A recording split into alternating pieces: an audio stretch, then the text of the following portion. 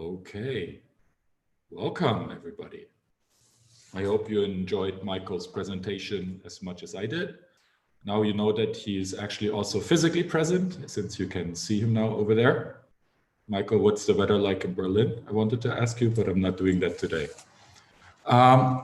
Thank you, Michael, for, of course, as always, please use the Q&A tool to send us all your questions, and then I will transmit them to Michael so that we can get the discussion going. Michael, thanks for your presentation. I'm one of the many people on this list, if I see who is here, who is, I'd say, familiar with your work. I've been reading your things and also working with it.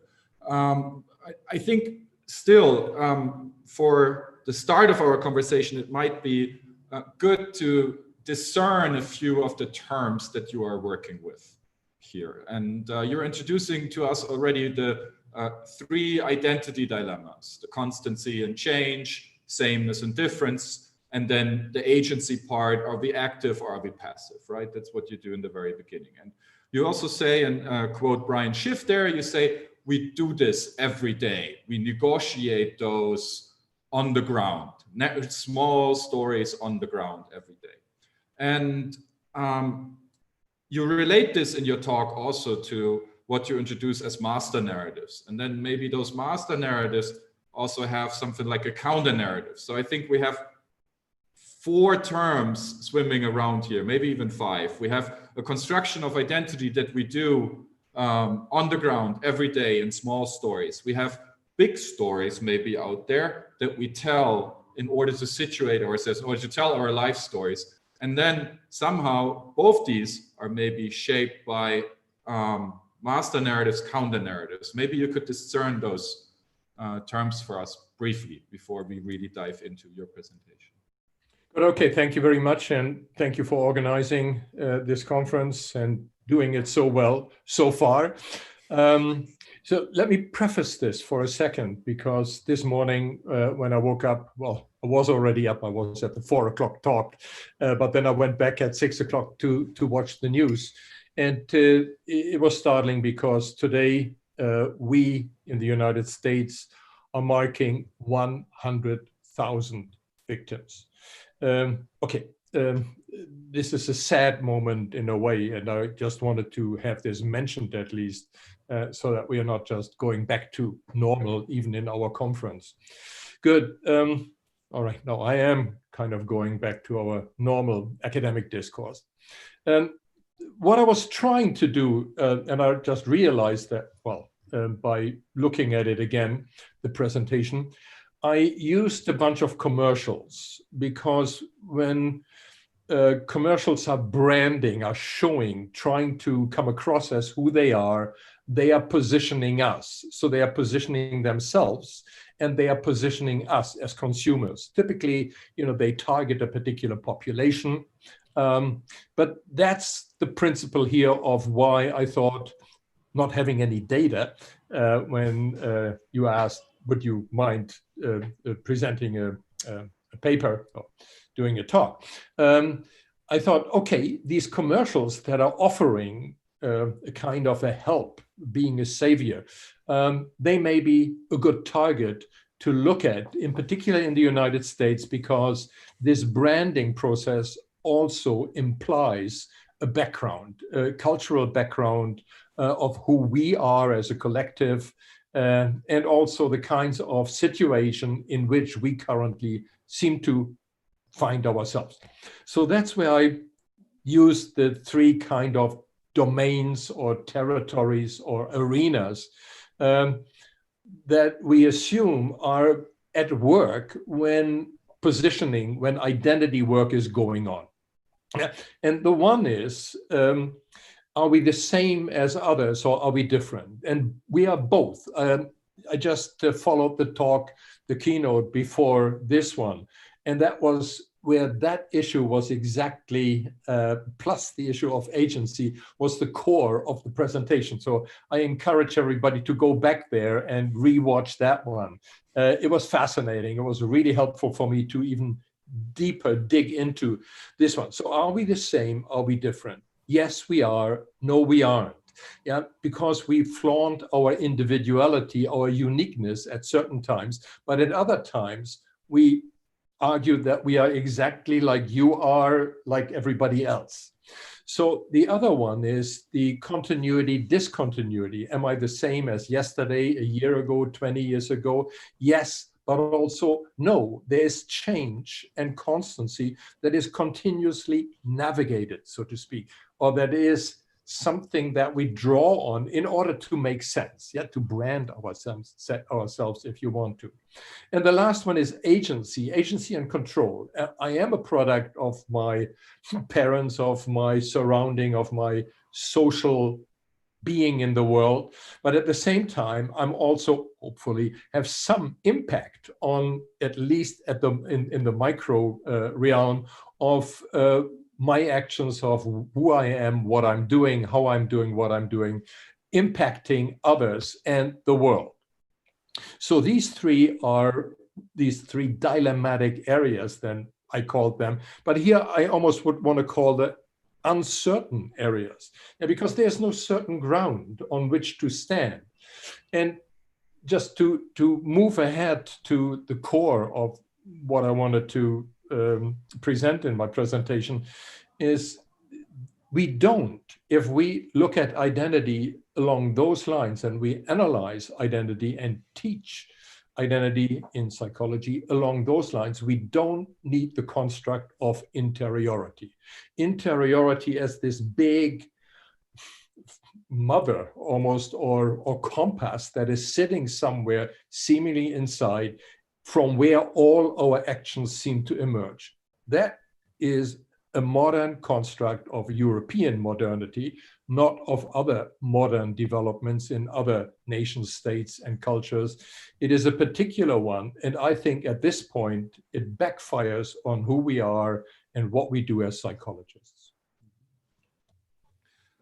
I know that you would like to jump to the end, and I want to discuss this too, but I still want to push you a little bit on the beginning, if I may. And you start out with a song by Sting, which is maybe showing very well where, maybe not so much anymore where we are, but maybe where we were for a moment in time there. And you combine this song with a short narrative of yourself, saying you are at home in the Berlin train station or in Massachusetts right now, and or both. You should be, or both, and you should be someplace else in reality, right?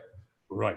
So there was a certain interruption, maybe, and if I want to already connect it to your argument you're making about interiority, we could maybe first say this interruption came to you also from the outside. You were in Poland, you were on a Fulbright scholarship, and suddenly the world around you changed.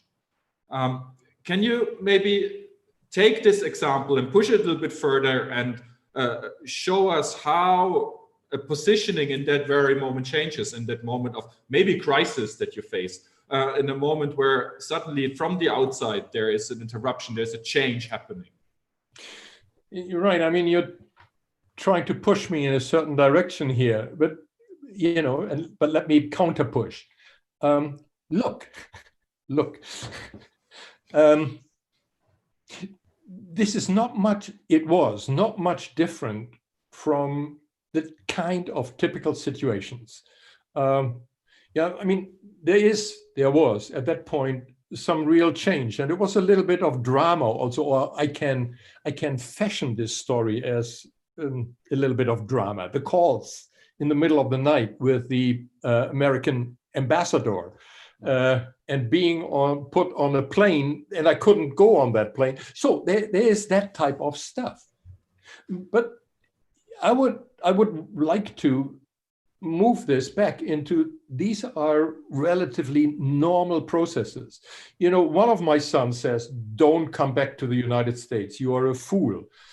Then other parts of my family said, no, you've got to come back. So, right, but these are the kinds of things that happen every day in the kinds of decisions that we make and the way we position ourselves in these small discursive practices.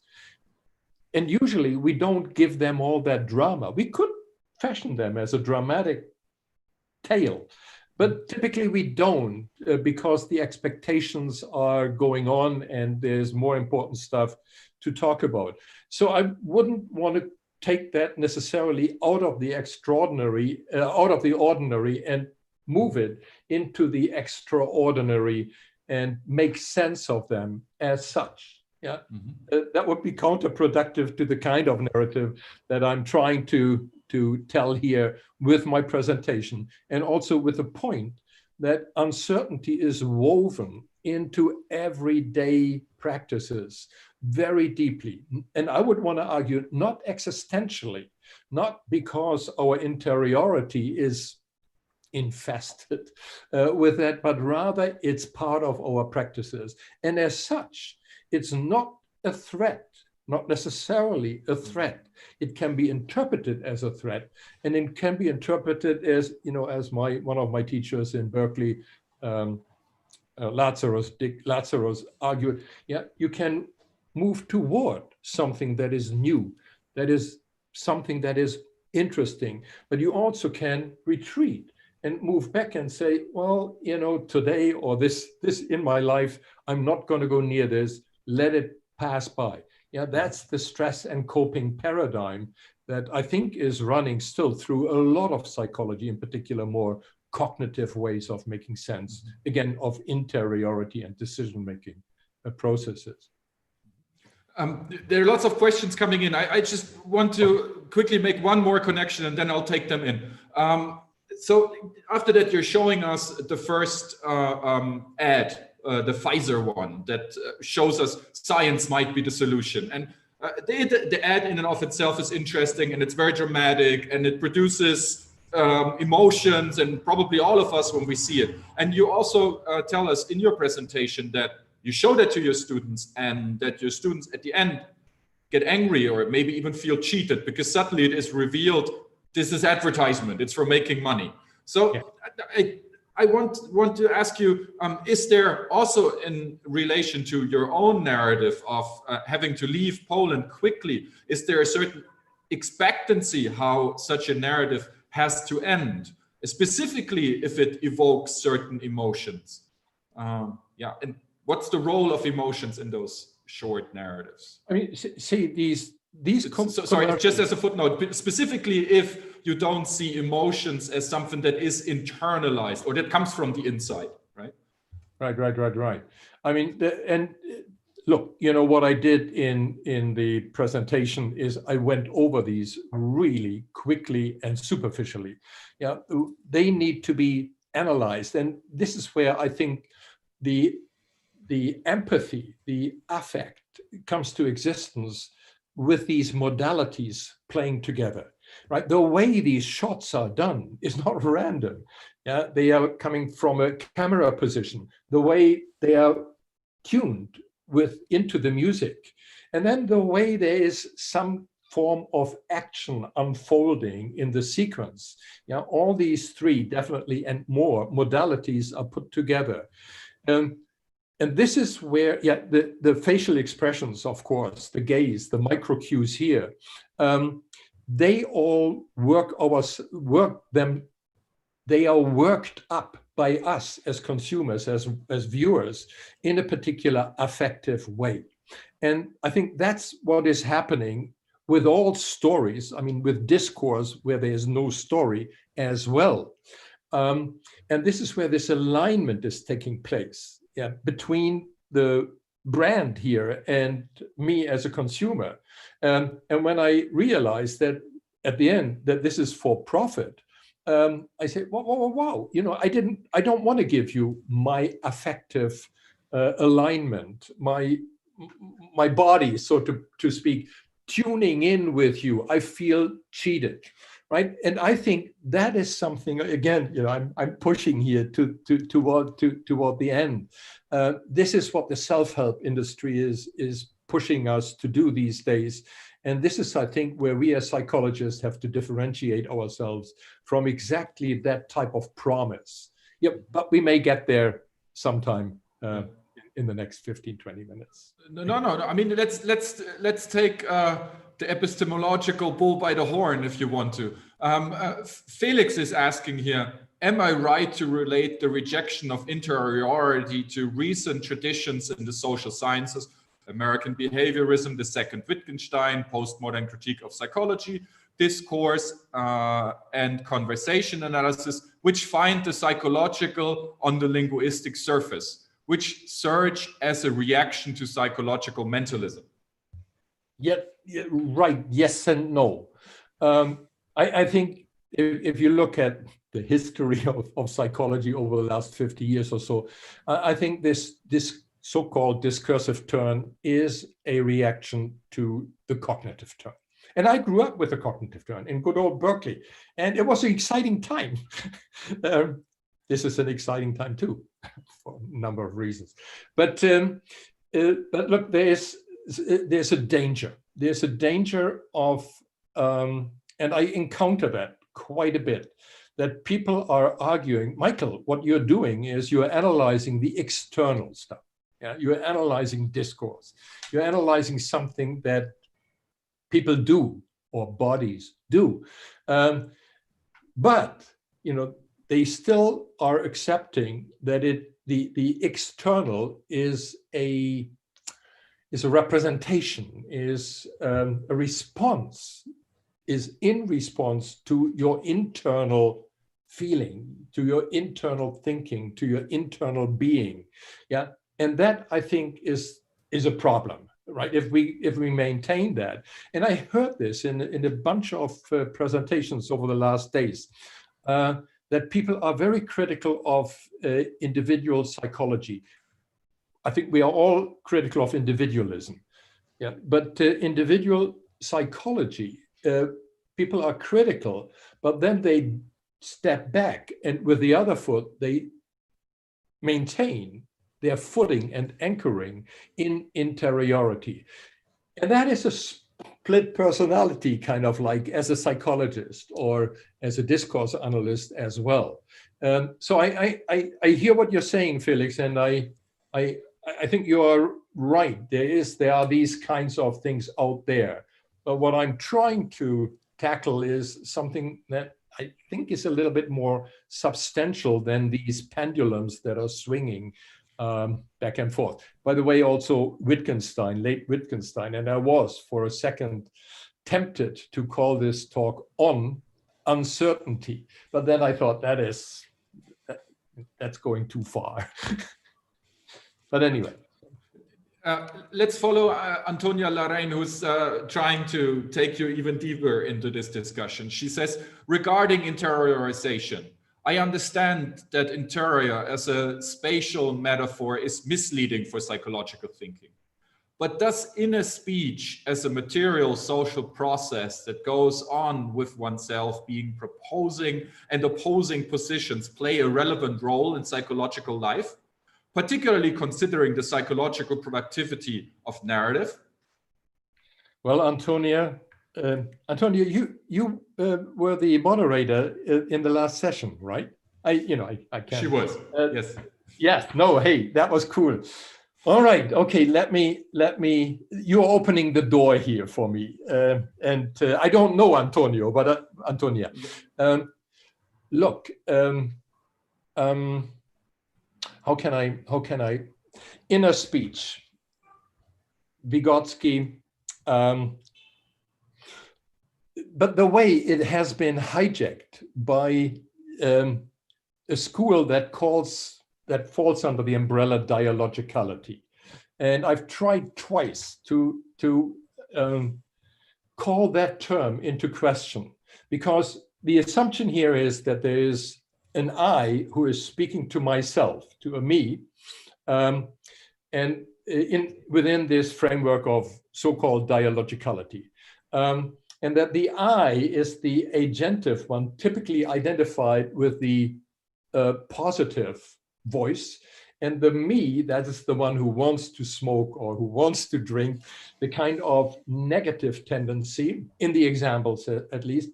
So there is a split that is characteristic for this notion of dialogicality that I think falls back and should be called monological dialogue, if you want to. But it is a monologue. It is a person talking to oneself. Now, if we just were talking to ourselves and we just had ourselves, and I think that was very nicely problematized in the previous keynote, we wouldn't be who we are, because we are who we are due to real dialogue. By real dialogue, I mean interaction, to situations, to practices within which we practice who we are, where we practice these identity terrains. And there is no safe terrain. We are going constantly back and forth in this and practice this in situations. So it's situated learning, and it's much more the zone of proximal development of Vygotsky rather than the inner dialogue or the, how did you call it, the inner speech. Okay, but that is, I think, debatable, but that would be my take on inner speech and dialogicality. I want to continue this with maybe a clarification again about the inward and outward, since we've been speaking about, on the one hand, that you say interiorization is problematic. It's what the self-help industry does. On the other hand, it was suggested right now, we are communicating, we're in dialogue with ourselves, where you say, well, it's a form of practice that we engage in order to be prepared maybe for the real dialogue, or it's an emulation of a real dialogue, or that inner dialogue that we might have is not really functional if it doesn't lead ultimately to a dialogue with another person. Abdul is asking here, hi, thank you for the thought-provoking talk. Are you suggesting that we should go inward and outward, the interior individual and the socio-political? Yeah, Abdul, I see that here. Right. Again, I think, let me just possibly rephrase the question. We are not going inward or outward, we are inward and outward, if you want to maintain the in and out dichotomy. We are constantly in and out. But I think as soon as I put it there, let me use the passive, and as it is put that way, the inward and outward distinction loses its ground. It only can maintain its power if the interiority is the primary source, and the outward, the behavior, the performance comes from the inward. And that's how it typically is made sense of in competence and performance models, etc. Now, in addition, I think what we do have is the discourse, the therapeutic discourse, the therapeutic ethos that argues that your true self, the real stuff, sits inside, and you, with the help of the therapeutic discourse, have to get into this, unearth it, and then disclose it. The disclosure is a very important part of it. Because if you can't disclose, then your therapy will not work. You are not on the route to ultimately healing. So this is a particular type of categorizing self, and in line with that is, I think, a characterization of the self as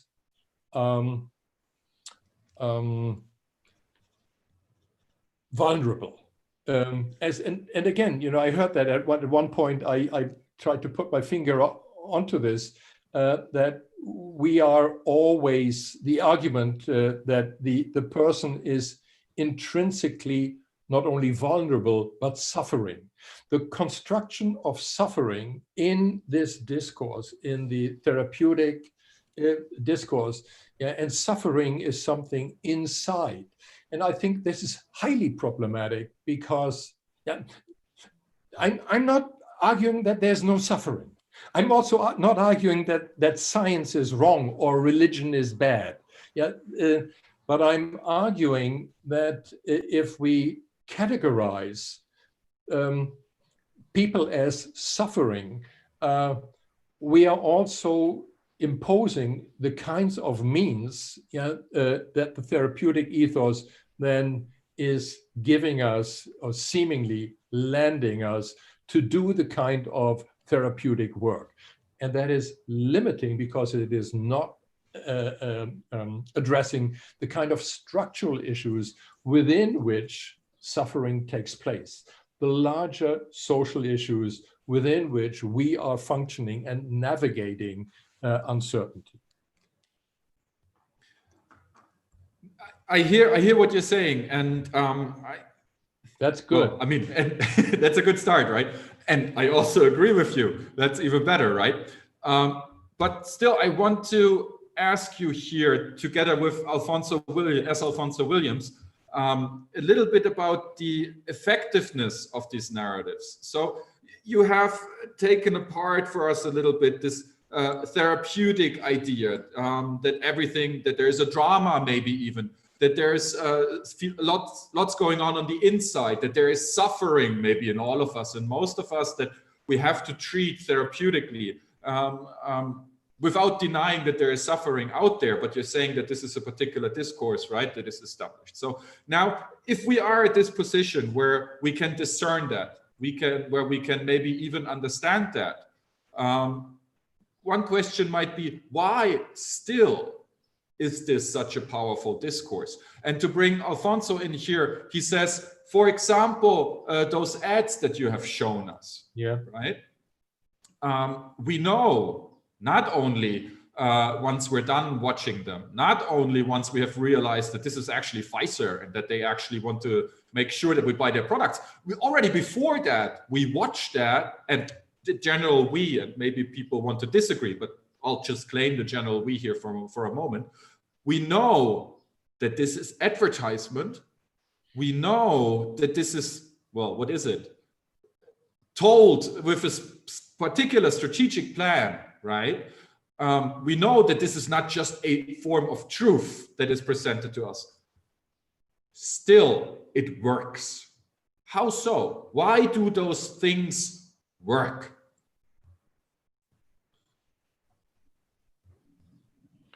Okay, I mean, right, they do work. And, but there are certain things that don't, right? And in my opinion, they do work. It's kind of also interesting to see. I don't know whether you are familiar with the Budweiser commercials, the Super Bowl commercials. Now, all these commercials over the last 10 years, they have a particular structure. So they are these short shots, right? And they are coming from positions so that in their sequence, they are doing a particular job. And this is, they are speaking to your kind of visual emotionality. This has been under-researched, in particular, I think, by psychologists. Communication theorists are a little bit ahead here, but they are not interested in the type of positioning that is taking place that I think we are. Good. So the question, why do they work? Again, you know, I'm afraid you maybe or others may be hearing this question and want to have it answered as because they speak to our existential needs, to our etc., to our interiority then ultimately. And I would say, don't go that route, or at least we don't have to go this route. We would like to, in order also to be effective in the world, with our analysis, with our critical analysis, as well as with what we do with that in our teaching. I would like to also address that in a second. But we analyze it the way it is put together. The minute micro cues, the way they work, and as such have an impact on the way we are open in our navigation processes. That was the argument. That's where they pick us up. And that's where they pick us up maybe at very different points, individually, but also in terms of our social collective groups, age, ability, disability, race, etc.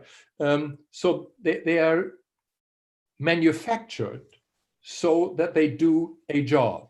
And as such, my narratives, your narratives, our narratives are doing very similar jobs if they are well executed. Yeah, and I'm always thinking of, I shouldn't be saying this on public, but my mother, and my mother was a terrible storyteller, we thought. But so you see that there are certain people who are really good. Gergen is one of those.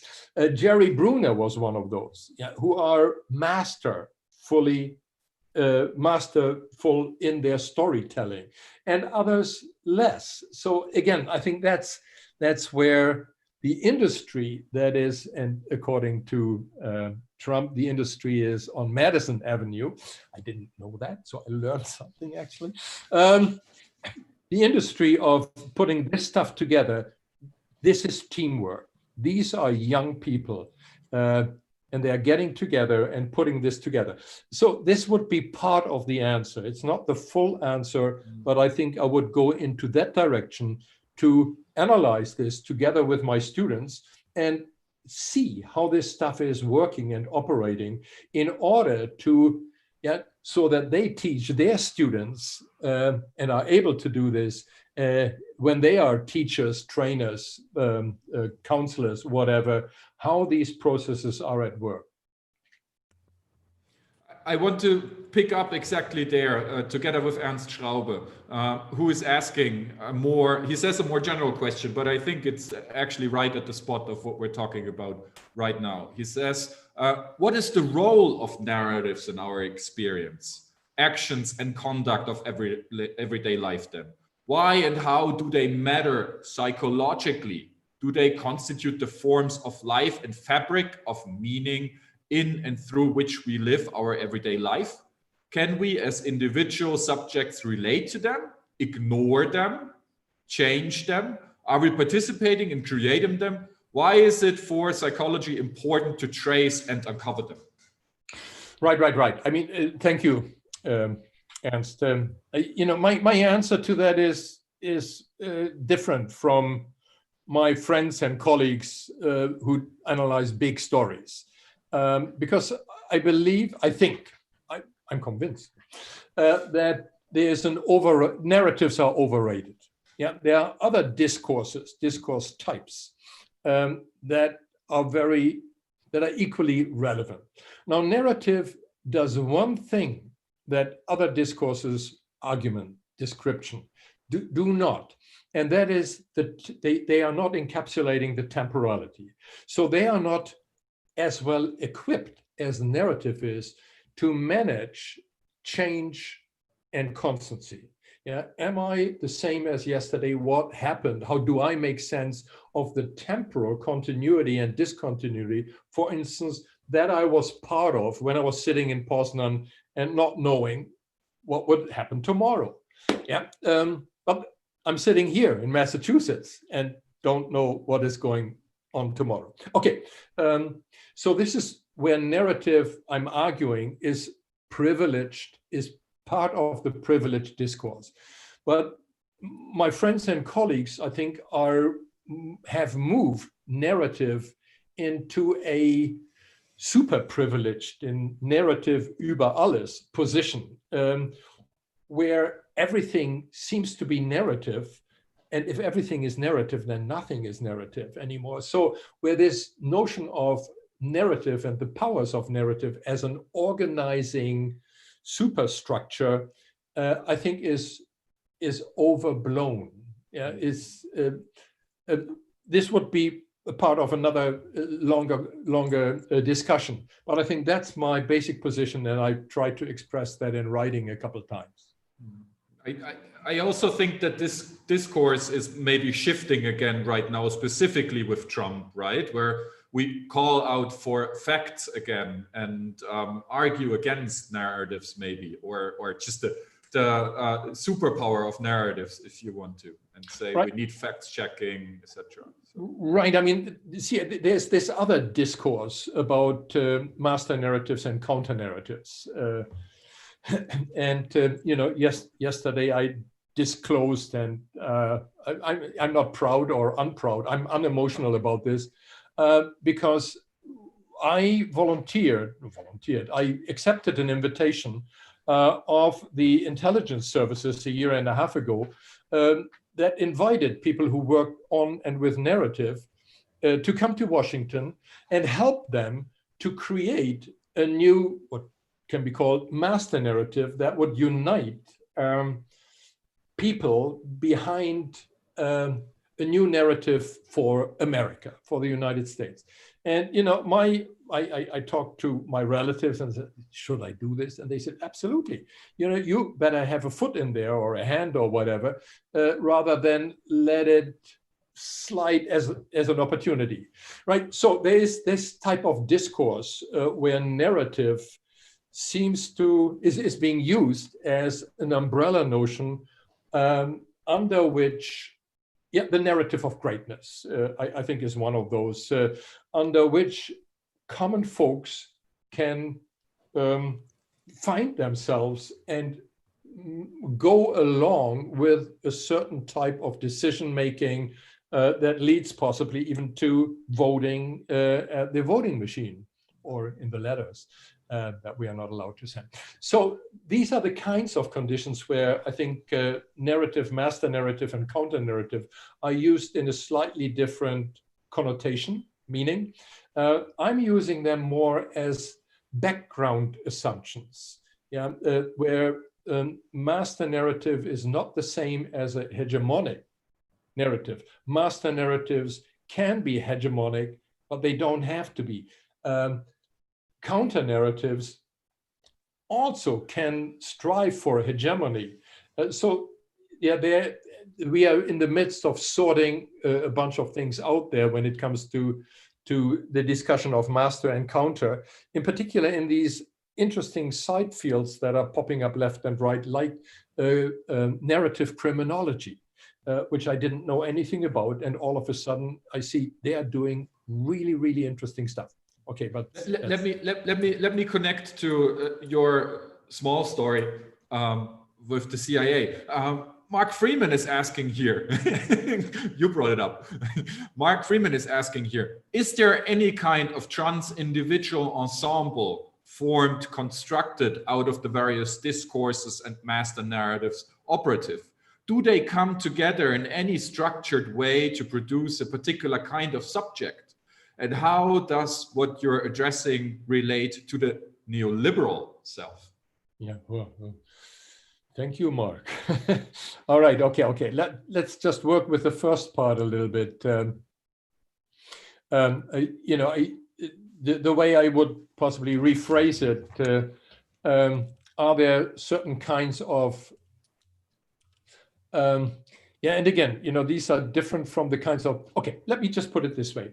Are there certain narrative practices that we engage in that are forming, that are subjecting us while we speak, while we listen, but in particular, while we practice them? Yes, and I think absolutely. This is part of when we practice certain frames, certain formulas. I wouldn't call it that they become us, but they are certainly woven into our practices in one or another way, and they have an impact on the way we do our positioning within these practices. That's something that I would totally subscribe to. If you want to push it further, that these narratives become, and now I don't know exactly how to phrase it, because that's not my framework, but if they become self-dependent and have their own power and wander off into I don't know, Powerland, then I don't know. I would like to see how this is actually happening and how we can show, document that that is the case and how that is the case. Does that make sense? So I think that's where I think we differ. Or at least let me put it this way, where the notion of narrative practices as something that happens every day, yeah, where the interview, in particular the therapeutic interview that is trying to find the real self and unearth the real self, this is where we have two different ways of talking about self-identity, subjectivity, authenticity, autonomy, etc.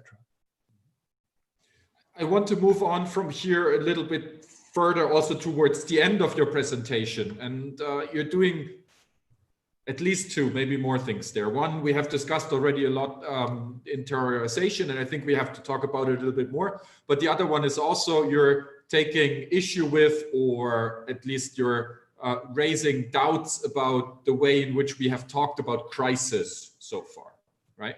And Niklas Kimmery here is asking, many colleagues at the conference have stressed uncertainty as potentially productive concept, which invites us to give into humility, vulnerability, fear, the dark, dependency on others we cannot control, etc. It seems that you instead analyze uncertainty primarily as a strategic branding tool abused by corporate America, rather than as potentially helpful insight we could draw on and cooperatively work with. Work with both as psychological researchers, but more generally also as citizens in everyday life. How can we productively, with this perhaps revitalized master narrative of uncertainty beyond interiority, and then there's a word missing, but how can we be productive with uncertainty? I think that's what Niklas is asking. Yeah. No, thank you for that question. Right. The way I started with this presentation is because I didn't have any better data. Yeah, so I took those ads, commercials, and you're absolutely right. I mean, this is where profit and positioning of us as consumers, that is as subjects within a marketplace, is positioning us. Now, I would love to go and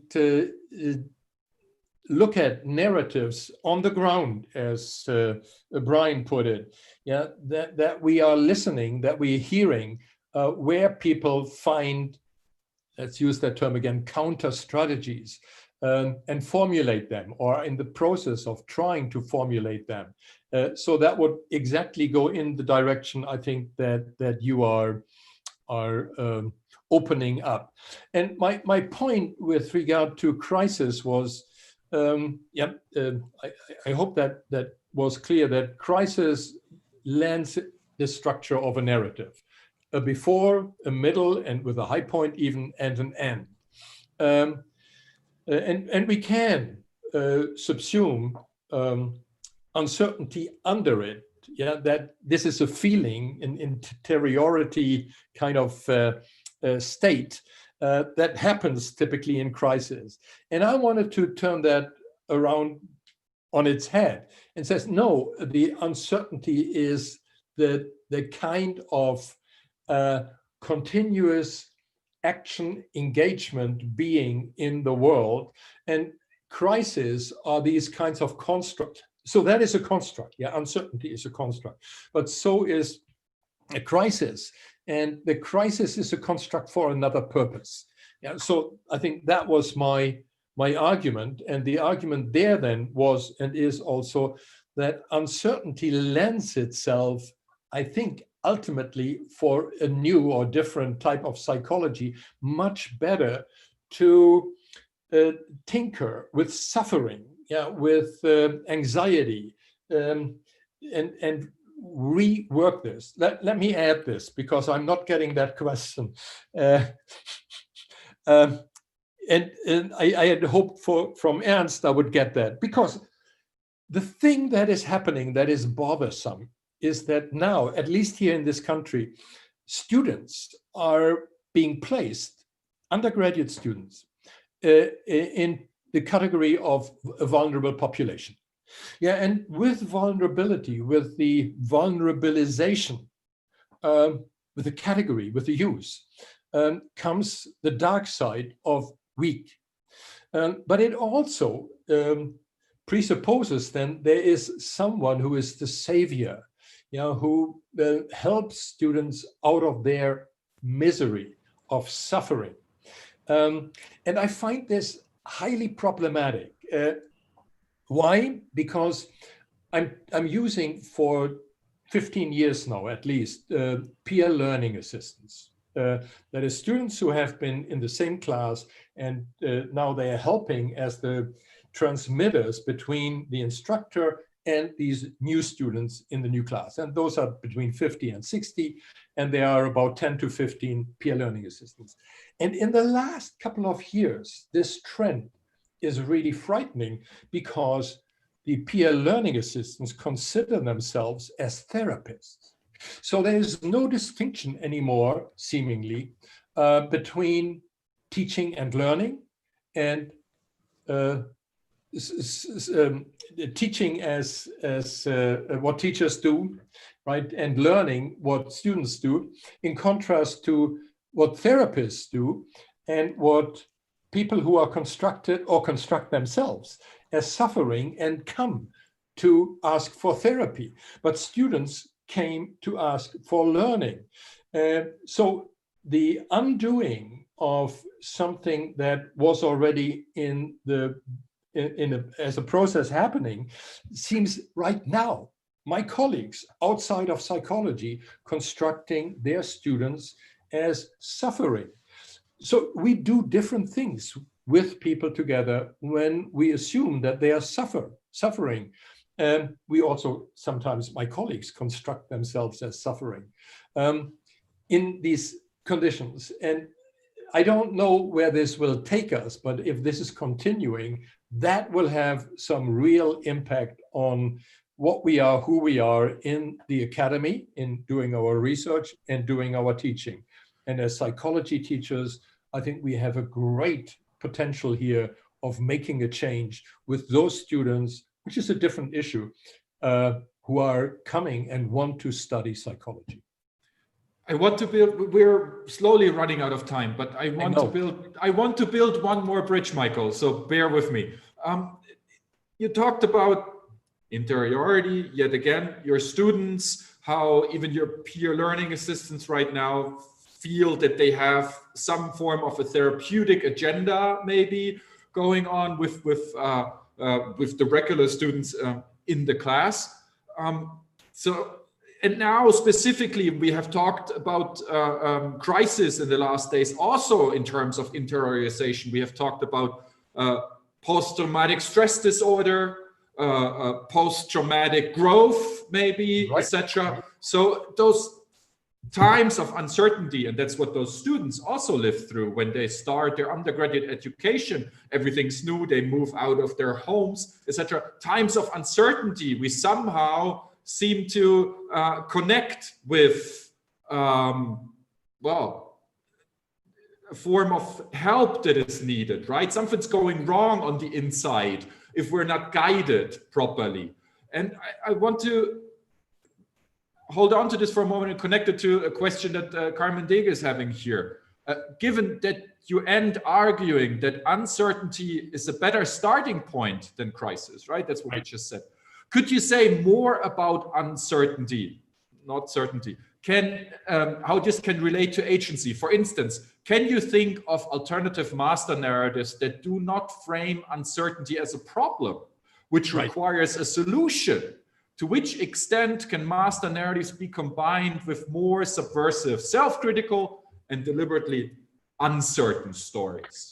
Right. Look, okay, good. I mean, this is something I would really like to spend another 5 or 10 minutes on. You have it.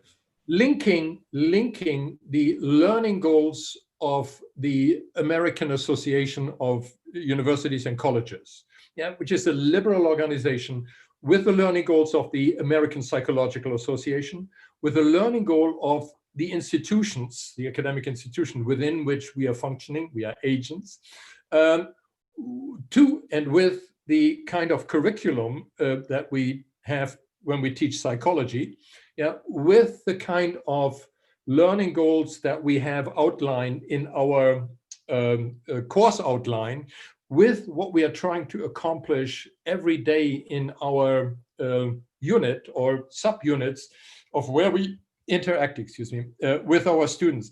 So this is where there are learning goals that are called divergent thinking, innovative learning, learning, who was it again? Ken Berry, I think, learning how to fail. Yeah, learning to communicate across differences. And one of the learning goals is actually called to manage complexity and uncertainty. So these are learning goals that are part and parcel of our mission of being in the academy and being instructor, being mentor. So this is not in addition, but it is complementing the content, of what Ernst the other day called information transfer. But these are skill sets. These are ways of being, acting socially responsible in the world, right? So I think, Carmen, thank you for opening that door, because this is part of things that need to be detailed. Yeah, I called this earlier in our first session. They need to be nailed down in what we are doing and how we are doing. And luckily, I think in this country at least, we can go all the way up. I don't know what that is like, because in Germany, it's the cultural ministry who comes up with these kinds of things. And I don't know what they are thinking. And I don't know what it is like in Japan. And I don't know even what it is in China, although I taught in China a lot. Yeah, how are these learning goals part of a configuration that is larger than just the content that we are teaching, turning our psychology students into little mini-me's or whatever. Yeah, so I think that's a majorly important aspect of who we are in our identity as psychology, as psychologists, as instructors, as researchers, and I am not, but others are also therapists, doing clinical work. So I think these are the things to be considered. Yes, thank you. So for sure, mastering uncertainty is a task that we can continue to discuss and that we all maybe have for the future also. We'll continue our discussion on Slack. We'll take the questions that weren't answered over there. So I'm sure Michael will come over and answer those. Thank you all for coming. Thank you so much, Michael, for giving this presentation and for discussing this with me here for almost an hour. I hope to see you all at the full hour when Kenneth Gergen is going to share his ideas. I'll be back as my landsman. Well, he was also. Okay, looking forward. Thank you very much, everybody.